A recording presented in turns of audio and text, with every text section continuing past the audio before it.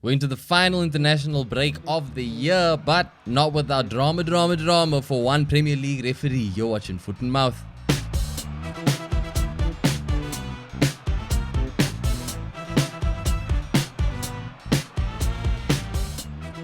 Welcome back to Foot in Mouth. We got a full house today. Myself, Sponzy, Ethan are back to discuss the latest piece of drama from the Premier League.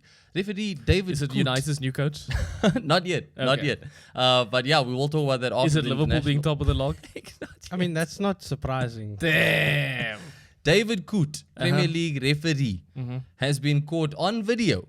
A video that was recorded, I think, in 2020, apparently. But it came out now.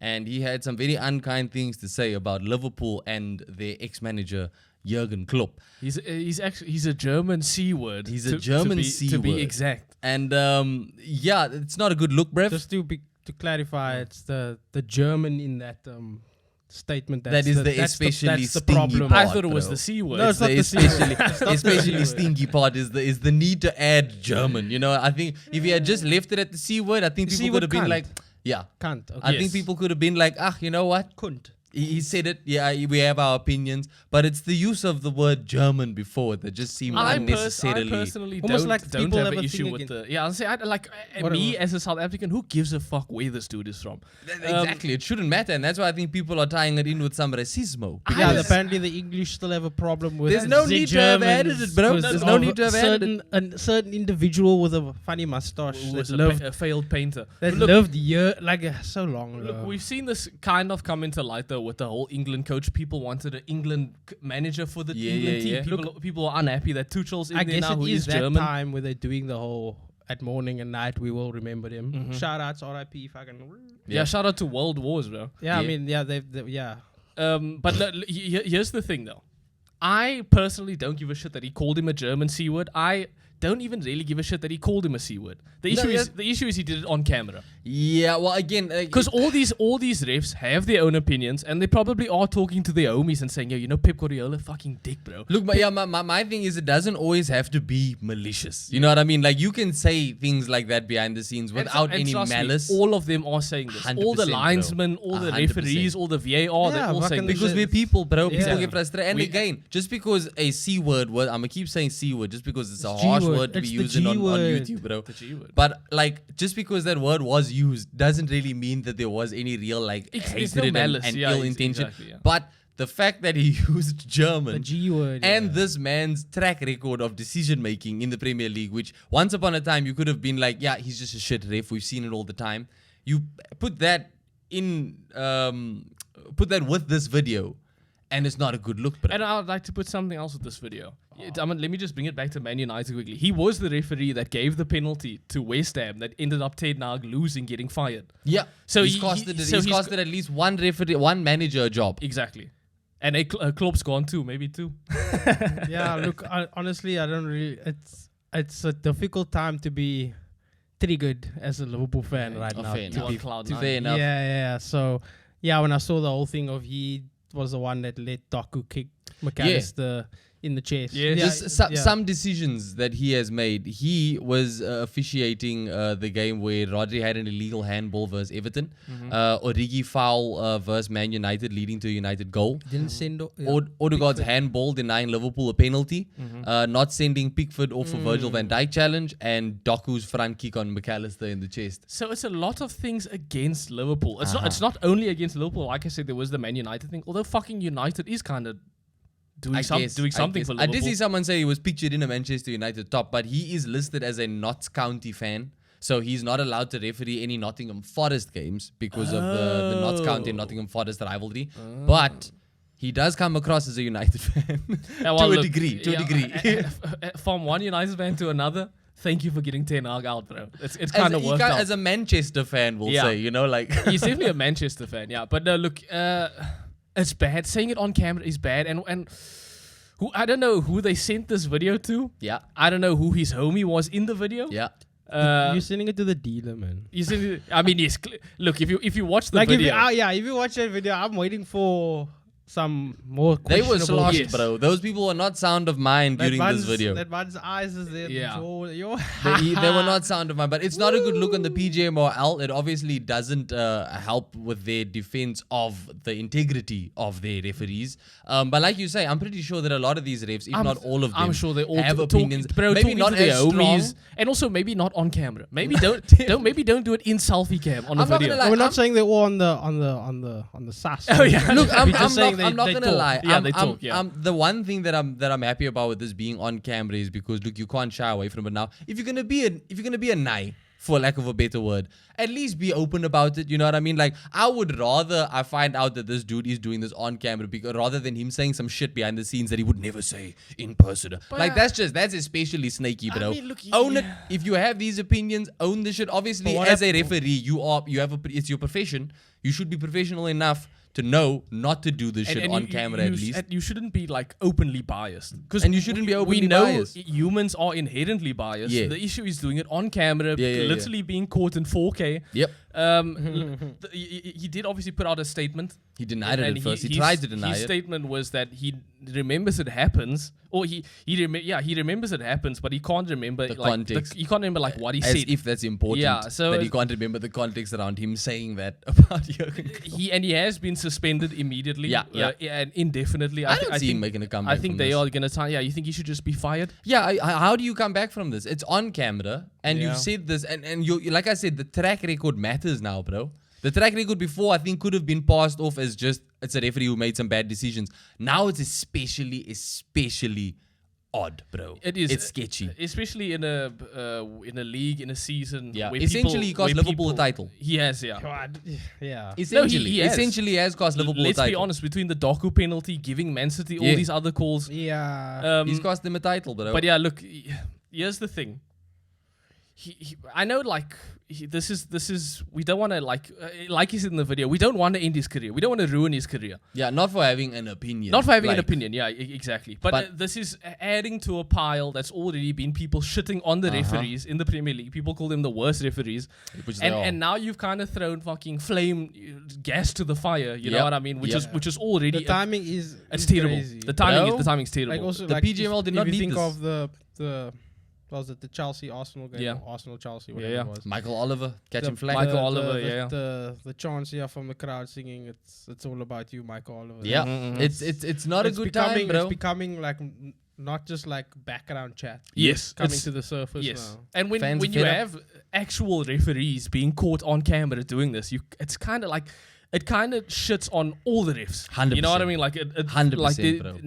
you have to question everyone. It now. hurts the brand. It hurts of the the brand completely. PGMOL. So maybe for like PR and like just controlling the narrative, I'm sure they will just fire this dude, get him as far away as possible, just Yep. to bring some credit back to the fucking PGMOL as a whole. Yeah. Whether they do that, I don't know. And to be honest, it should happen soon. Like it should be like an immediate thing. Yeah, don't because again.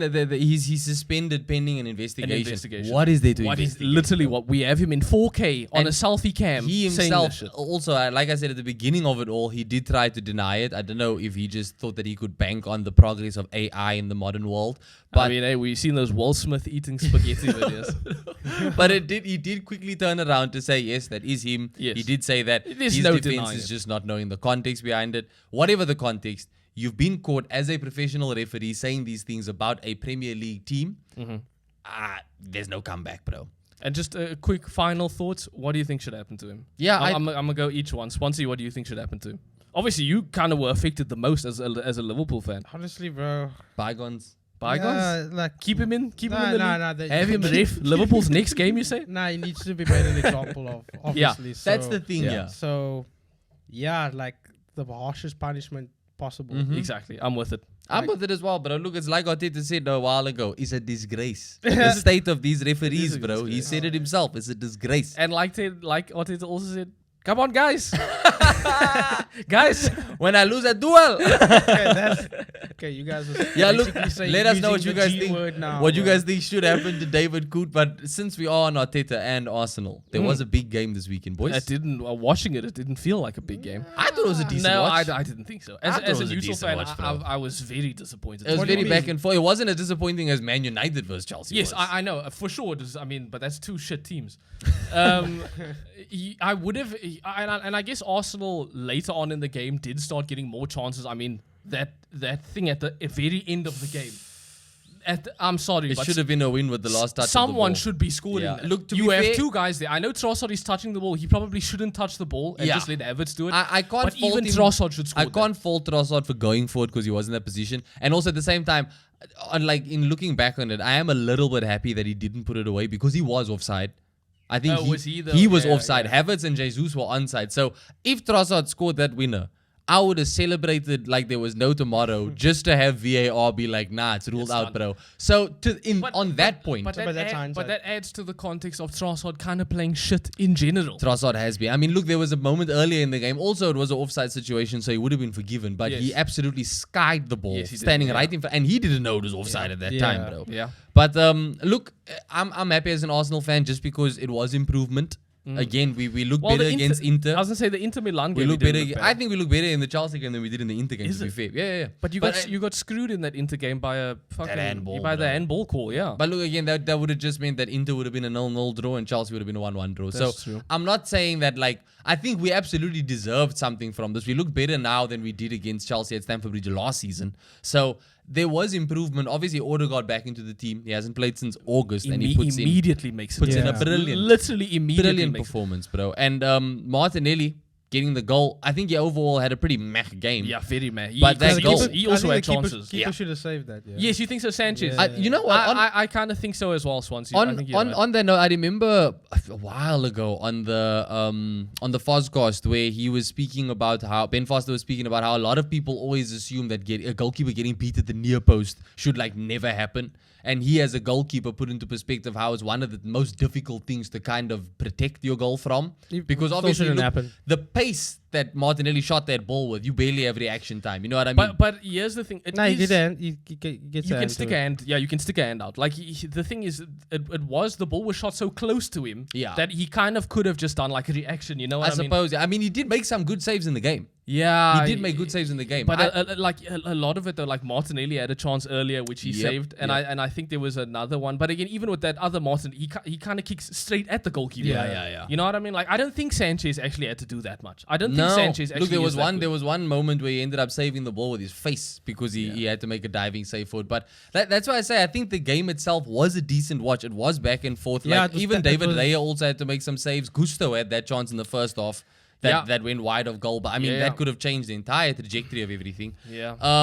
But look, I think overall, Pedro Neto for me, man of the match. Incredible. Because his goal to equalize for Chelsea was incredible. Great. But even his little cross that he put on for, I think it was Gusto that missed. Yeah, it may have been. No, Pedro Neto for me. I think Cucurella got man of the match. Who also had a very good game. I'm telling you, very bro. I was praising him. I was praising him. I was praising him in the Euros, bro. This was Euros Cucurella. This is how good he can be. I don't know why a lot of the time he isn't this good, but this is the level he is at. And we talk about him cooking Saka. Look, Saka did basically do nothing. I think literally created one chance. The first game that he's had stats that low, bro, and that's all down to Cucurella. And on the same page, Cole Palmer, nothing. Naturally, he wasn't even supposed to start the game. He wasn't supposed to start. And I thought him starting Arsenal would be coming so narrow. They do, and also defensively, when you've got Timber and Saliba and Gabriel to deal with. These are very Cole Palmer's not the most physical dude. Yeah. These are very physical defenders. Yeah. Thomas Partey was also really good in the game, bro. Partey as well. So look, defensively it was good. On the ball, he kept going backward, didn't it? Yeah. Thomas. I saw more than enough passes going forward, bro. Every time he got the ball, when I counted the man, he could have gone forward.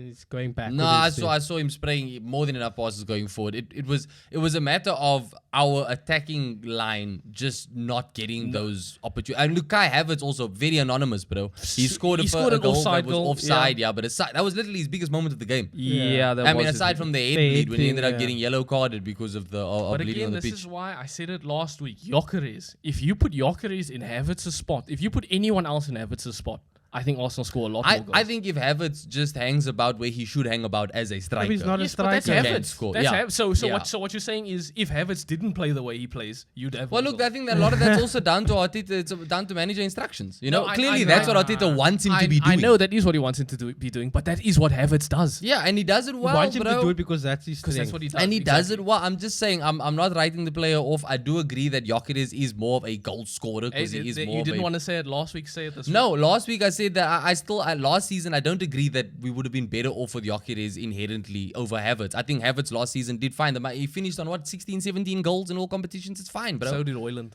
Oyland that's fine. I think, and again, even this season, Havertz started so strongly. I will always come back to it. He scored 7 in 7 goals in 7 Emirates appearances. But again, that Arsenal in general were playing well up until Odegaard got injured. Exactly, because that's when Havertz got pulled out. After the 7 in 7, Havertz got pulled out of that striker role and moved into the Odegaard role, which doesn't work. But there's other strikers who you don't pull out of that position because they don't play that way. And I think if you have a number 9 who's actually a number 9. Yeah, I think basically what he's saying is 100%. You need a striker. 100%. I'm not saying that we don't. I said early on in this season that I have absolutely seen the light. Do you think Arsenal will buy one in Jan?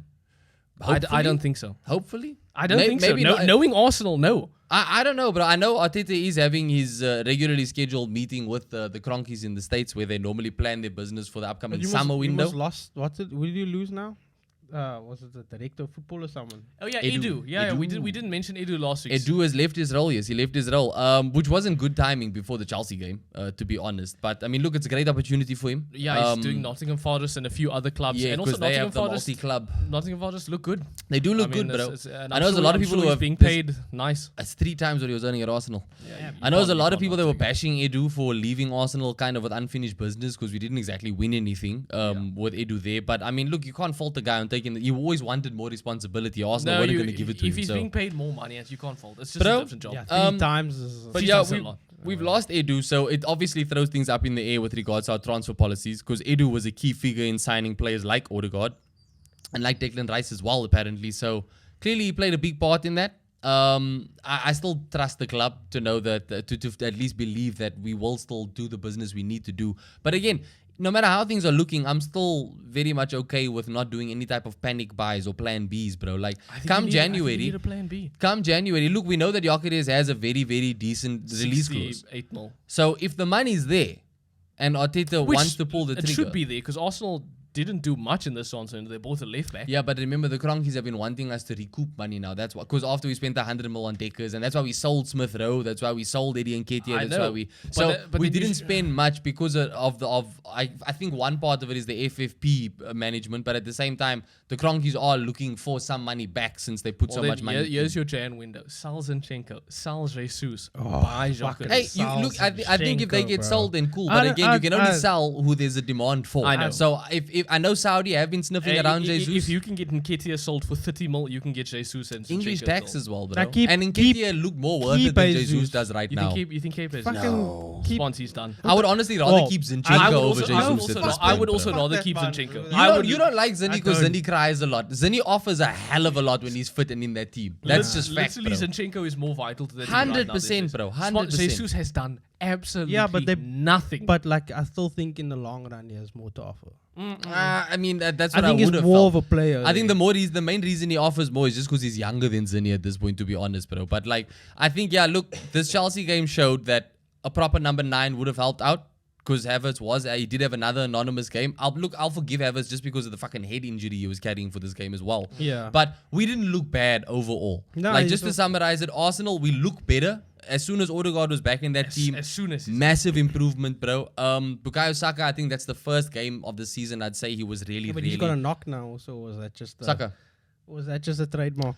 No, Saka and Declan Rice both came off. And it looks like Arteta has... I've seen reports that they're both going to be pulled out of the England squad for this Nations League. A lot of players have actually pulled out of the... So, I believe it. I know a lot of people like to throw shade on Saka for his limp, but when you get kicked as much as he does in any game, bro, like, it's understandable boy's going to have a limp. But, not his best game. Cucurella was great. I think Pedro Neto should have been... I think Caicedo was man of the match for me. I think Cucurella won man of the match. Honestly, the only thing I remember about Caicedo was how Thomas Partey floored him with the turn, bro, when he got the ball and Caicedo tried to take him and just ended up sliding right past him. I also remember him just fucking moving it into Odegaard also. Yes, he did do that. He did do that. He didn't get a card. Chelsea got a lot of cards in this game. I think Chelsea had 4 or 5 yellows in this game. So it was a proper derby. No, look, it was a derby. It was a proper derby.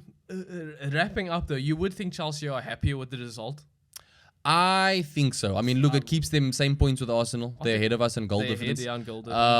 So they pretty much top 4 is looking like it's a real thing for them now. Yeah, for sure. And we've said this before that they are growing into a team that look like they're going to be top 4 contenders. For Arsenal, I think I'm only disappointed we didn't get the win just because of that last moment of the game. But aside from that, look, I'll take a point at Stamford Bridge. They haven't beaten us at Stamford Bridge since... Like 2011? 2018. Yeah, that is unbeaten. Not that long, yeah. But, so we've got a good record at Stamford Bridge now. And again, I just want to say, in terms of where Arsenal are at so far in this season, we have had a lot of very, very tough away games now off of our schedule, which is fantastic, bro, because... I had a list here of all the away games. Yeah, our away games so far this season have been Villa away, Spurs away, City away, Bournemouth away, Newcastle away, and now Chelsea away. Yeah. With all of those out of the way, I think I'm a lot more optimistic going forward. But when you compare it to the away games of other clubs that we are competing with, I think we have had the toughest set of away fixtures. So yeah, I'll take the point from Stamford Bridge. We just absolutely cannot afford to drop any more points. We've got to go on a crazy run now, bro. If we absolutely want to stay in any type of title run, we've got to go on a crazy run of wins, bro. So yeah, it's a bit hectic. That's the thing, bro. But I'll take the point at Stamford Bridge. I think it was a good game, better performance from the boys. Pedro Neto, man of the match for me. Like I said, let us know your thoughts on that fixture. And speaking of title challenges, Liverpool just cannot stop winning. They can't stop winning. Sponzy. No matter how hard I try to stop them, they keep winning. Sponzy, you said that you are very much over it with regards to what David Coote had done in terms of past decisions made because of how things are going right now. Everything with Klopp, dude. He's looking past Klopp. Yeah, anything with Klopp, Spons don't care. Yeah, it's on his slot, bro. On his slot. Sing this on his slot. It's crazy because like it's not like surprising, but obviously you have he's outdoing Klopp, bro. You have to be realistic or look at the bigger picture and be like, nah, no one could have called this. But yeah, it feels good. It can't fault the process, the boys, anything like the way tactically, the way they play, the way they approach the game, and the way they like. If that approach doesn't work, which is 9 times out of 10 hasn't been working. He fucking switches it half time. Yeah, and then they cook again. Yeah. Look, Klopp was doing that in last season also. We were also a bit of a second offside. Yeah. He would switch it up and we'd come out fighting. But yeah, we look so much more. If you want to compare it to Klopp, that chaos is gone. Yeah. And it's more structured and we just switch it on and off and it's like, yo, it's so good to watch. Yeah, no, it is.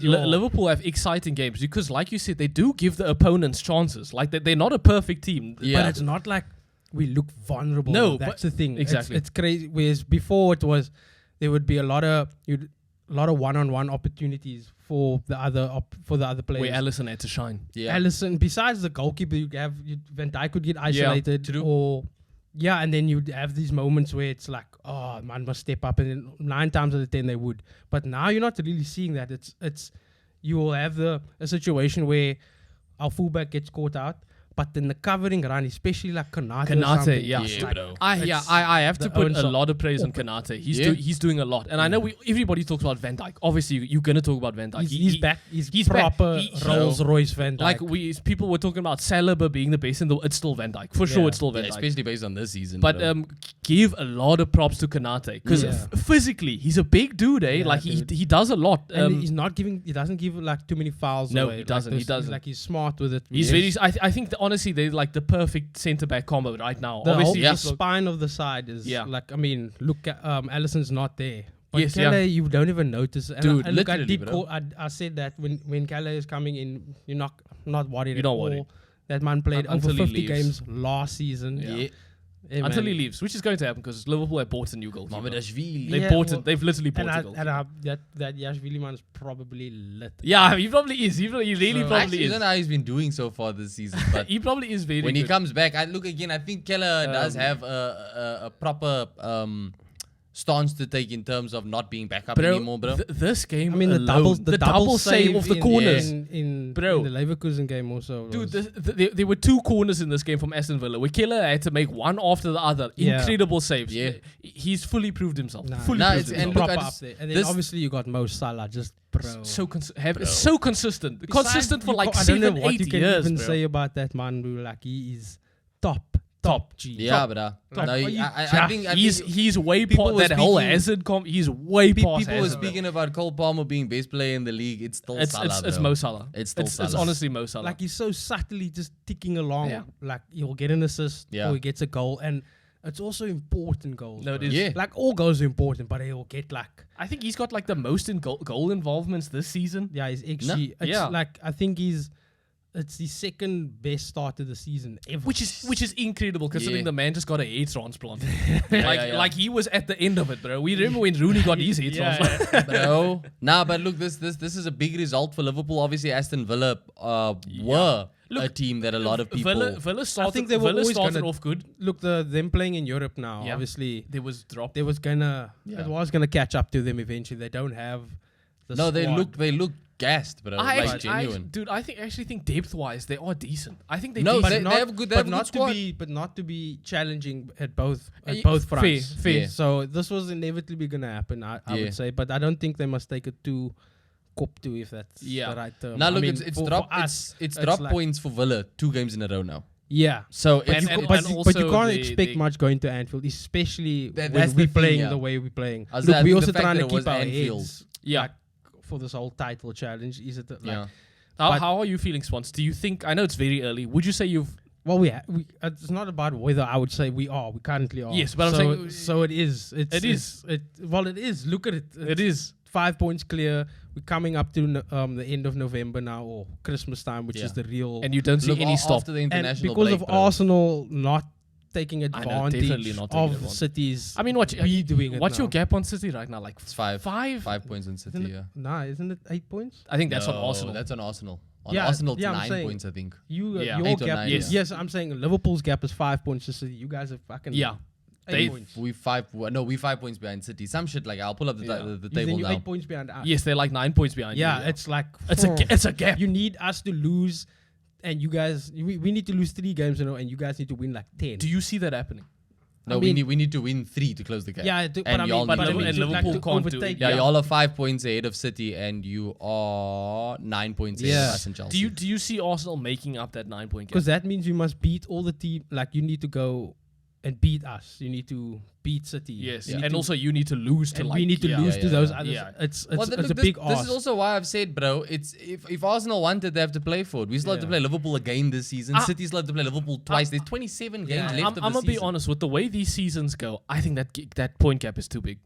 I don't know. I think this season itself is I so can't- I tight. can't- I mean, bro. this kind season of- might be a bit different. The because point of- difference it from might like be. 3rd and 12th, I know it's like bro, 4 points. is I like- know, but we know once it gets to the top end, there is no points between those But teams by do the you end of it. think the team that wins the league? Do you think they're gonna be? Is it like Is it gonna be like the previous seasons where they literally lose like 1 game? Yes, I think so. So Well, you guys only have one loss only, so far. But I no? mean, Yeah. is it, like you said, Look, another I 27 could- games. I could- I doubt we're gonna not. yeah, but Yes, everyone no. else will also lose, bro. Here's the thing though. I honestly, in a weird way, I know I was doubting Liverpool, and honestly, I don't doubt them anymore. I think Yeah, you I think can't, bro. Liverpool will literally only get better from You here. can't doubt them anymore. They've got a Yeah. transfer window. Remember, they bought Chiesa has played nothing.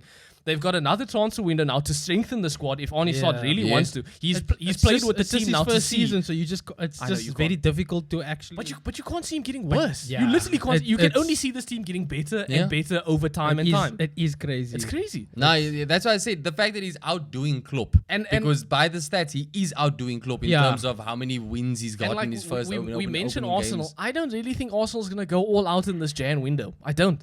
Yeah, look, we need to. Arsenal need at least another 3 players.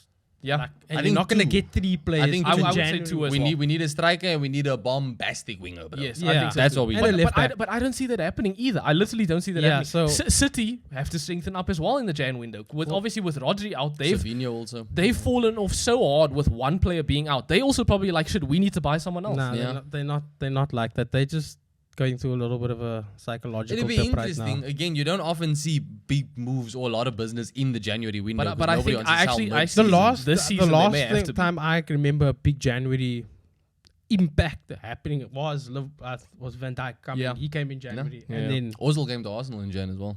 We didn't win the league. Oh no, I just mean you talk about impact. Like that's still to this day one of the greatest signing reactions ever captured in football. Yeah, no, fair enough. Ozil to Arsenal was lit, but in terms of an actual number on the stat board, just some final. I think it was Alisson and Van Dijk came in January, one of them. But it was like, it was definitely Van Dijk because I remember the Merry Christmas. Yeah. Like, here you go, guys. But final thoughts going into international break. You are fucking first by like a solid. Yeah. 5 points, bro. In this league, that's 9 points over third is huge. I'm just like taken aback about our lack of injury record. I mean, Jota's been out, but the fact that they've been able to keep so many players fit and consistently like playing while and competing on all fronts is because I mean first in the Champions League as well. We didn't even mention that. Literally first in the Champions League. Cooking it. Like that game against Leverkusen is, I'm gonna say, one of the better sides in the world. Well, they were. This season they're having a very they're having their dip, but I mean, right, they are the fucking Bundesliga champions. Xabi Alonso was wanted by how many teams? Unbeaten in so many, bro. So that game, look, the first half it was nip and tuck, and then second half we just like classic Arne Slot, bro. Yeah, bro. Arne Slot is a very good coach, eh? Yeah. Like the way he's able to change literally in between halves and in between games. There's honestly like there's no one else really doing that right now. Let's be honest. All these other coaches are so set in their ways, 70-minute subs. Look, maybe Hansi Flick, what I mean? I haven't been watching much of Barca, but Hansi Flick is doing very well at Barca. I'm skeptical to put him in the elite status yet. Just yet, But he's literally, you can't argue. You can't argue against looking. He obviously just needs that trophy now. And again, look, if he gets it this year. This Villa game obviously there was literally no dip. There was no dip. Would you like to push for something specific like Champions League or like Premier League? The way the way we're playing now, and we've done this so many times under Klopp, is like you play so well, and then you don't get a major trophy. Yes, exactly. Would you rather have him focus on something specific, or are you happy with just balls to the wall? I can't. It's not that I can't. You have this performance and you don't get a trophy. It still kind of leads to something to build on to the next season. But we've seen with Arteta, it's pointless. But this is not Arsenal, to be fair. Like, Liverpool have been in this position before, didn't win anything, and then we end up winning something in the next season. Have won. Yeah. So, the only difference is it's the same players. They've done this before. So I think I can optimistically say that maybe we can skip that that one and actually get that major trophy this season. One of them. Okay. Champions League. At the moment, I'm going to say go for the Prem. Is it? Like, because it's so difficult to win, City's not going to drop off like they have 4 games. What? 3? They have 4 games. They've lost 2 Prem games in a row now. When's the last time that's ever happened? Yeah. You need to kind of take advantage of that. For sure. So, I'm going to say, but it's so mad to say his first season and we win the fucking. I don't know if it's ever been done in win the Premier League, bro. That's insane. Maybe Mourinho did it when they came to Chelsea or something. I don't know. I know Arne Slot is like second for the best ever start. Yeah, because I think Mourinho is it's one thing to win any major trophy in your first season, but in the current Premier League, it's not like against this juggernaut. Yeah. Like holy shit, it's so. I can't say it, man, because it's like, nah, man, that can't happen. But it can. Nah, look, it's happening. As things stand, I think Liverpool are the favourites. And again, in the build-up to the season, we were highlighting this patch of games for Liverpool, which was their main test. To basically they've literally come out on top of it, like completely scathe-free, bro. Like to answer your question, I would take this season and take a massive trophy, and then next season there's like a drop-off. Okay. Is a rebuild. That side that Klopp is now built is now actually, Salah, and then maybe, I'm not saying Salah, I'm not saying that, but like some of the players now, Trent goes to Madrid, blah, blah, blah. They I will be happy if that happens, if we take a trophy this season. Now, do you call that as okay, then you've basically written off this season? No, because you've won the match. Yeah, no, it's not right of it all. So it's not but like the next season, it's a complete like, The question is win nothing, and then have something to build on or you win a massive thing, but and then next season's a massive drop off. It's a rebuild. I will take that. Okay, I will definitely take that. I think that makes sense, bro. And then look, speaking of rebuild, let's just come on to my team, Man United. Obviously, we played Leicester. We beat them 3-0 at Old Trafford. Good result. I did predict the 3-1 because obviously we beat them. Pub game, yeah. Obviously, we beat them 5-1 or 5-2 in the Carabao Cup a while ago. So, and that was their B team. So I did expect around about 3-1. Van Nistelooy's last game. Aren't you upset that, like, or a bit annoyed at the players that they are switched on and performing? Like it's the habit of United. Whenever they lose a manager, the team start performing, bro. At this point, it is to a point where not like annoying, like more like fuck you guys. It's disappointing. Fuck you. I'm not mad. I'm disappointed. But no, look, I did say this a while ago. Interim manager United is the most peak United. It's peak United. You don't get a better United team. Good luck, bro. Good luck. Put it on the table, dude. You don't get a better team than interim coach United. But it's so bad. But no, look, in terms of disappointing, no. I mean, in terms of because you expect exactly. In terms of being mad, you're just happy that you got a fucking result. Exactly. Look, they're getting wins, bro. Fair enough. And here's the thing. I will say, like, under Ten Hag, remember, even in that West Ham game, we should have won like 5-1. We should have scored like 5 goals in the first half. Man, but just before, who was before Yes, Ten Hag? before it wasn't amazing. Was it Ralph Rangnick or Ollie would have won? Ralph was there. Ollie went on a long run, bro, before he got that contract. No, but I'm saying before, when they sacked him, there was 1 or 2 games where you should have won. And, yes, and we lost to like Watford. And then the next 3 games, he was probably going to win. So like you, this is literally we've seen this movie. We've seen it all before, and that's another thing. Like a lot of people are like sad that Ruud is leaving, or like they don't want him to leave. Do you want him to leave? Yes.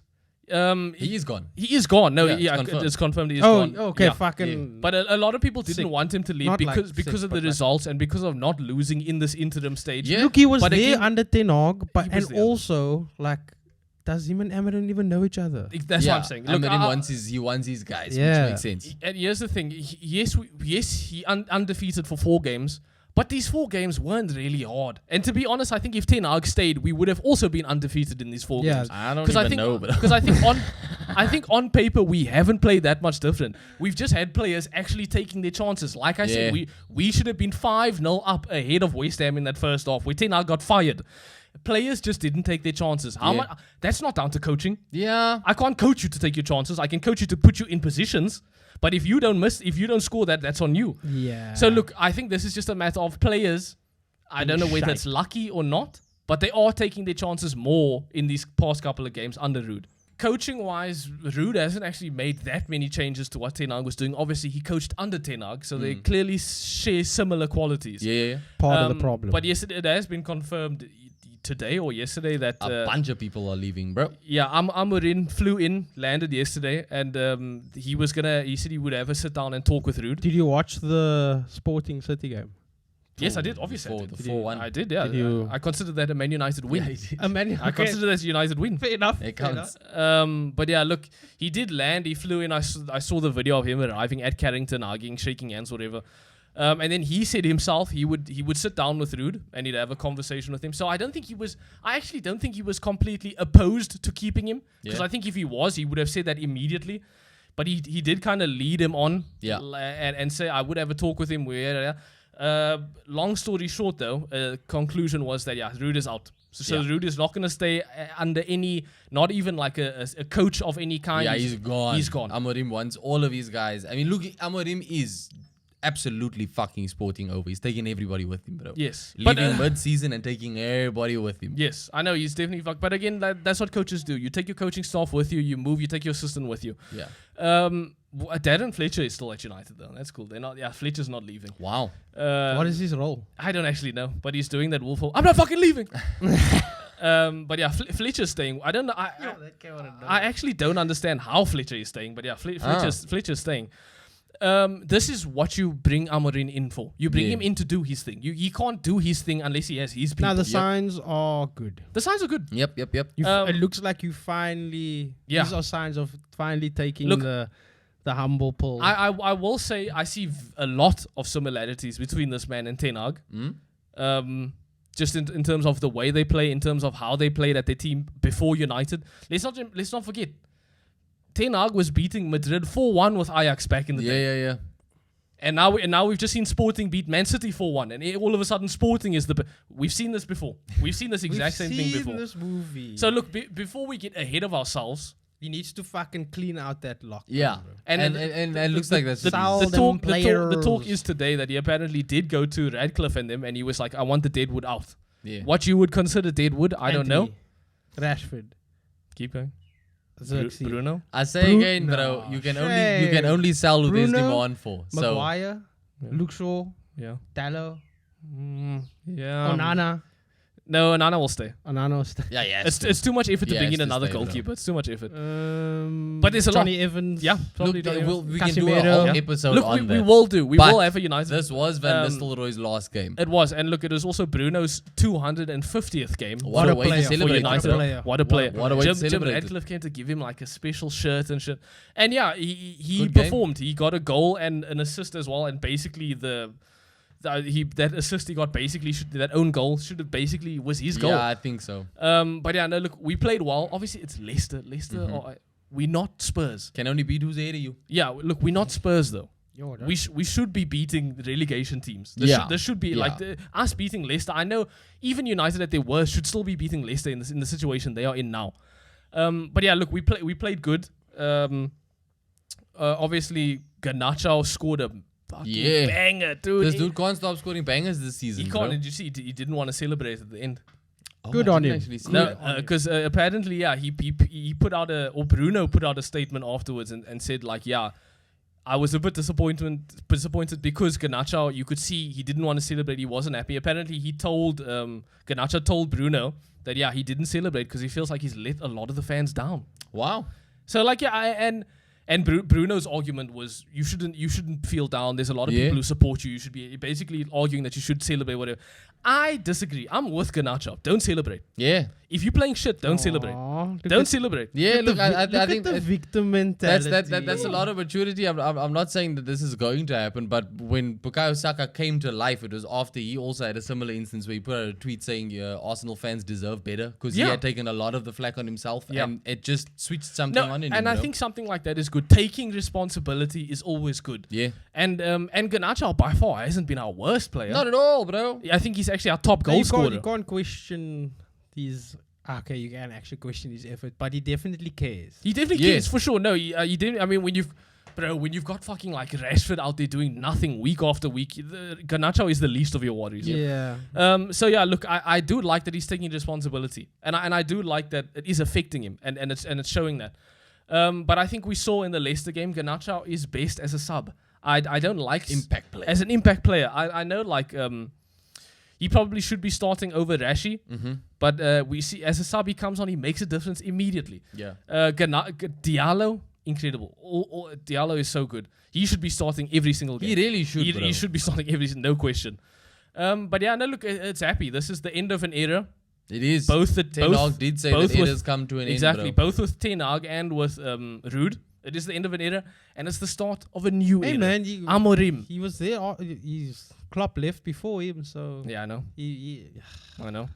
He kind of called it. But yeah, 3-0. I think it's a nice. Also, again, we will get onto it. But Amorim's first set of fixtures as United manager are quite kind. It's Ipswich, But then I think he plays like Man City at some I mean, point soon. Ipswich just got their first win now. He's already beat Man City 4-1, bro. So Man City's none, Let's go. And also, I'm excited to see is the union with Ugarte, because that's when I was a big fan of Ugarte before he went to PSG.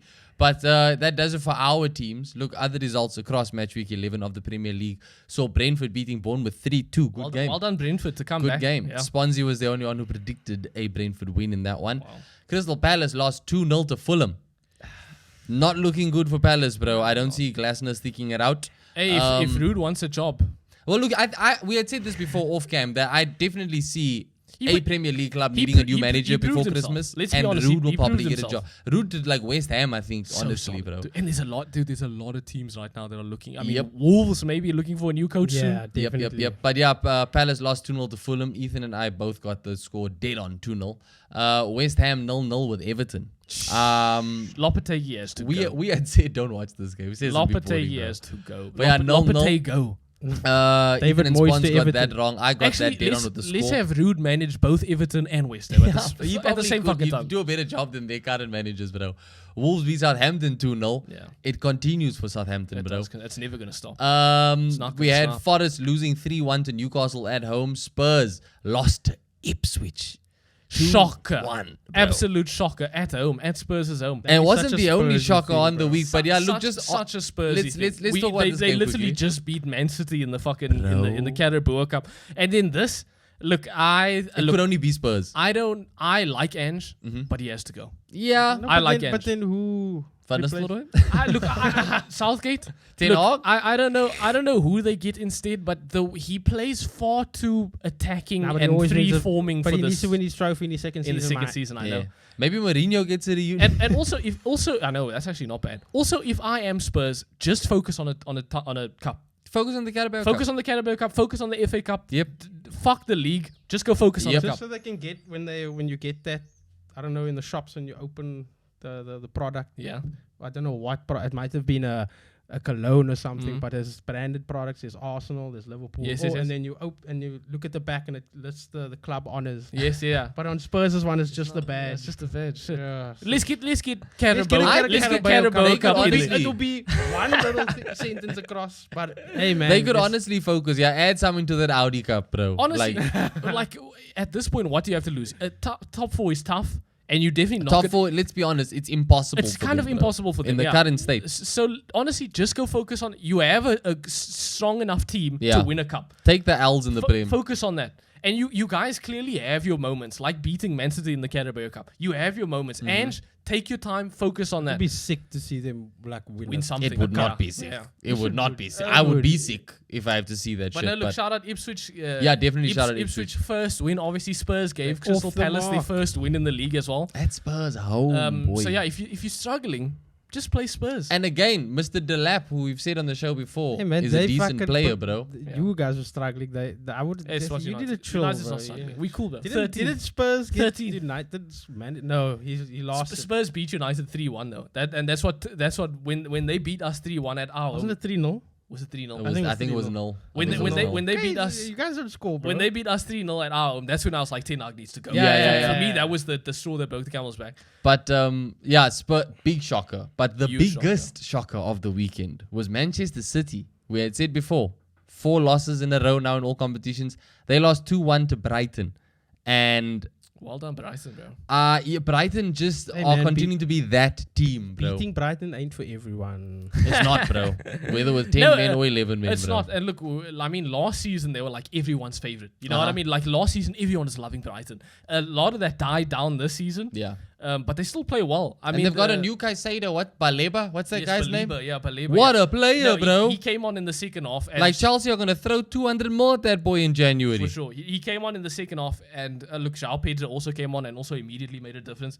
But yeah. Shouted, I'm back at the camera. They were able to make these subs. Because in the first half, City were basically in control. City won. I mean, they scored and they won the first half. And then, the second half. Whatever subs that I don't even know how to say his name. I don't even know his name. He's a German dude, I think. But yeah, whatever subs Baleba on, João Pedro on, the way they play, they were able to completely get at Man City, and Man City have lost a few steps, not just one step. They've lost a few steps. Dude. I don't want to say it's just Rodri. I do want to put a lot of it on. Like, why the fuck is is he playing this Simpson Pusey guy all of a sudden? Pusey, boy. Why the fuck is Pep so enthralled with playing the centre back now? Honestly, this 19-year-old centre back. I think because in the past 2-3 games he's Champions played League, bro. He's lost. I think a little part of it is at the beginning of the season, Pep did say that the younger players are going to have parts to play in the Prem. I thought he meant Rico Lewis, who's already Rico Lewis is playing. And remember, Oscar Bob got injured as well. Yeah. But there were a few players that he listed. Because look, Man City are trying to keep hold of their talent. Arsenal apparently secured the signature of one of their 15-year-old prospects as well. These not big games. I mean, the Sporting game and this game, are these, Brighton's not an easy team. Wouldn't you want to start Ake or Akanji? I honestly, from the outside looking in, the way I see it, especially considering how the players and Pep were chuckling when they went out in the Carabao Cup, I think that Pep is at that point where he has won so much that he doesn't care. That not so much he doesn't care, but that he is more open to letting the players go out, especially young players going out and getting the minutes and all that. He doesn't need to prove anything anymore, bro. He literally doesn't need to prove anything anymore. You say that, but look at the way he's reacting after the Brighton loss. The man has lost his head, but did you see him talking to Van Ecke? Going up to him after the game, having a whole competition. There was a lot of tension, but I've also seen Pep this season coaching Adama Traore on the pitch after a game, because I think he's literally just in that phase of his management now where I think Man City are sore losers. I think all of them are sore losers. I have always felt from Pep down they all sore losers. I have always felt that they were sore losers. Maybe it's on purpose, The compies ones. To make them sore losers that they always fucking win. Okay, fair. Maybe possibly that, but it doesn't take away the fact that you are a sore loser, and you are currently losing. You've lost 4 in a row. You know what? I think there's a fine line between someone that's a sore loser and someone that is just hell bent on winning. You know what I mean? I don't think that I think they can just because he wants to win so badly doesn't mean that he is necessarily a sore loser. I think he's just that competitive, and I just don't think he's that competitive anymore. Just because of the fact that he has nothing to prove. The dude's got no more spit left to give, bro. The amount, the way this dude is going on in that Brighton. There were a lot of people who were upset with Van Ecke. I saw even online on Twitter there were a lot of people that had quite a few things to say about Van Ecke, not just Man City fans. So I don't know I didn't watch the game. No, but it's one thing for you as a coach to go up to this player and fucking have you literally did the whole handshake thing and pull. They did a Tuchel and Conte. Conte. Fair enough. No, look, I think they've completely lost their heads. I'm just happy that they dropped points again. Yeah, great. And I did see also something interesting online where they were talking about Phil Foden's form, bruh. Someone made the comment saying that if Bukayo Saka had the type of season Phil Foden's having after winning Player of the Season and shit, you would never hear the end of it. But Phil Foden is avoiding a lot of criticism by pundits online, bro. I think Phil Foden's closer to Kiki Palmer, where Palmer was at one point the best, and now he's kind of completely fallen off. I think he's closer to that because Saka has for years kind of established himself. Yeah, Saka's been. But that's the thing. I know he's young. Even in games where Saka has good games, he still gets picked on by some people. Yes, but again, Phil Foden is avoiding all of it. Because I think Saka's past Phil Foden's level. Because no one fucking cares about City, bro. I think that's why Saka is past Palmer, and I think Palmer and Foden are on the same level. Saka's past. There's no rival fan. I agree with that. Which is why Saka gets a little more critique because he is past him. I agree with that, Plus but that's also the whole limp thing, which is funny, but he does get kicked, so it's justified. I think it's the significance in that Palmer was just voted Player of the Season and all that. So this drop off, the fact that he's avoiding as much criticism, I do think is worth talking about because he has not been helping City out. I know he didn't start the first few games, and that's why as much as I can't boil this all down to Rodri being out because as much as Rodri is out. Like I said, Foden is having a shit season. Bernardo Silva is doing what is he there for, doing nothing this season. What's Gundogan doing since he started out, bro? That's the thing. I think it more comes down to these players really not having the best, more so than Rodri being out. I know maybe it's because Rodri's not in and they doesn't bring the best out. Speaking as an Arsenal fan, I've seen the difference one player being out makes to the entire team dynamic, bro. Yes, but again, we also with Arsenal we mentioned Trossard. Look, he's the best player in the world. I know he is the best, but again, it's not just down to Odegaard. We mentioned Trossard kind of playing shit. We mentioned Martinelli playing shit. Yeah. It's not just one player being out. Yeah, but it's the best player being out. I know it's the best player.